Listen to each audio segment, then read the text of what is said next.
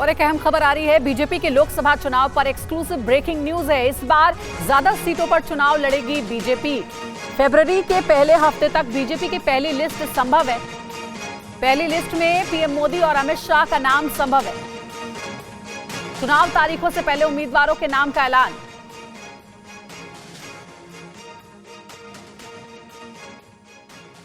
और पहली लिस्ट में 166 सीटों के नाम का ऐलान संभव है। सी और डी कैटेगरी में 80-80 सीटों के नाम। 40 मंत्रियों को कमजोर सीटों की जिम्मेदारी दी गई। 70+ के नेताओं को टिकट न देने का प्लान और 3 बार से अधिक जीते सांसदों का टिकट कट सकता है।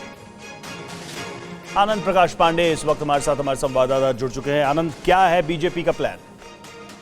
जी बिल्कुल, बीजेपी का प्लान ये है कि जो बीजेपी की कमजोर सीटें हैं, यानी कि ऐसी सीटें जो बीजेपी आज तक नहीं जीती है, या फिर वो सीटें जिसमें पिछली बार जीत का मार्जिन बेहद कम था, उन सीटों का ऐलान बीजेपी फरवरी के पहले हफ्ते में कर सकती है। और बीजेपी का आपको याद होगा कि छत्तीसगढ़, मध्य प्रदेश में भी बीजेपी ने ऐसी जो कमजोर सीटें थी, उन उम्मीदवारों के नाम उन सीटों पर पहले ऐलान किए थे, जिसका फायदा बीजेपी को हुआ था।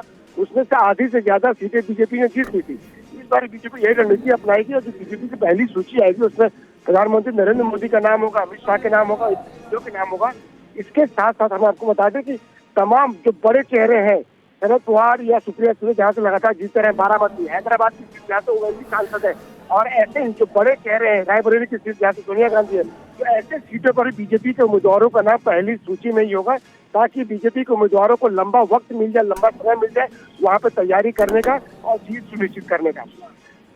शुक्रिया आपका इस अपडेट।